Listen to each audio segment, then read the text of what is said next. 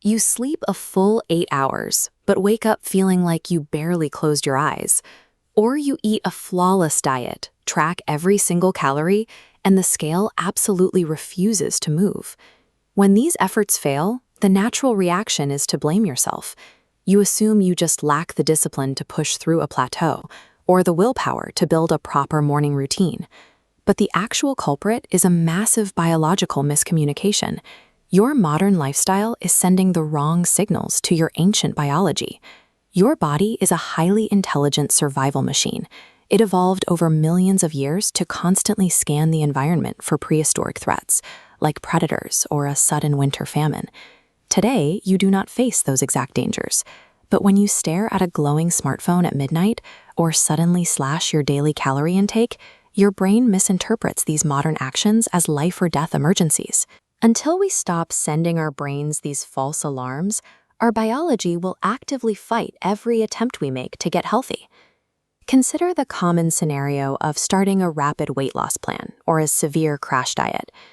This balance scale shows the specific biological math required for real weight loss.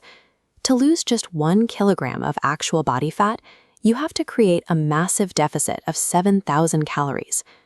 Looking at this diagram of dropping water percentage, you can see why sudden, overnight weight fluctuations on the scale are rarely fat.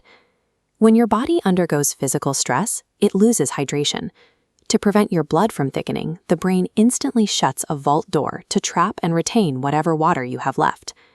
If you keep your calories severely restricted, your brain does not understand that you want to look good for a vacation.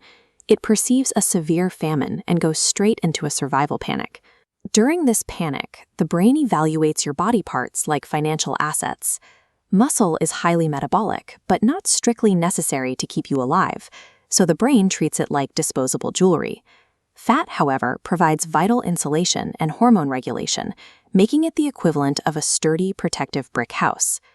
To survive the perceived famine, your brain will eagerly burn off your muscle to meet its energy needs, while fiercely protecting and hoarding your fat reserves.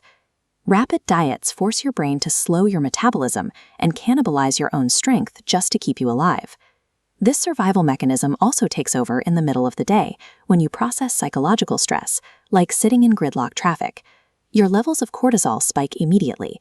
It's the body's primary stress hormone triggering your fight or flight response. To cope with this chemical surge, the brain demands an instant hit, causing severe junk food cravings. This timeline illustrates why we frequently overeat during these stress states. There is a biological lag. It takes 15 to 20 minutes for the stretch sensors in your stomach to finally signal your brain that it is full. You can bypass this lag through a practice called gastric accommodation, or mitahar. This means stopping at 80% capacity by asking yourself a simple question: could I physically eat a fourth portion? If the answer is no, you do not need to take the DIRD. Chronic overeating occurs when a stress-induced chemical surge overrides physical fullness signals, leaving you trapped in a neurological time delay.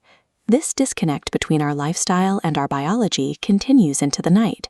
It explains why you can sleep for a full 8 hours, but still wake up feeling toxic and groggy. To wake up refreshed, your brain relies on a complex mechanism called glymphatic drainage. This process functions as a deep nighttime rinse for your neural tissue. During deep sleep, your brain actually shrinks slightly. This allows cerebrospinal fluid to wash away metabolic waste accumulated throughout the day. But if you look at your phone right before you close your eyes, you flood your optic nerve with blue light and force your neurons to fire rapidly. This combination of harsh light and mental stimulation tricks your brain into believing the sun is still up, which completely cancels the deep sleep drainage cycle. Late-night screen time blocks the drainage cycle, forcing your brain to remain submerged in a day's worth of toxic metabolic waste.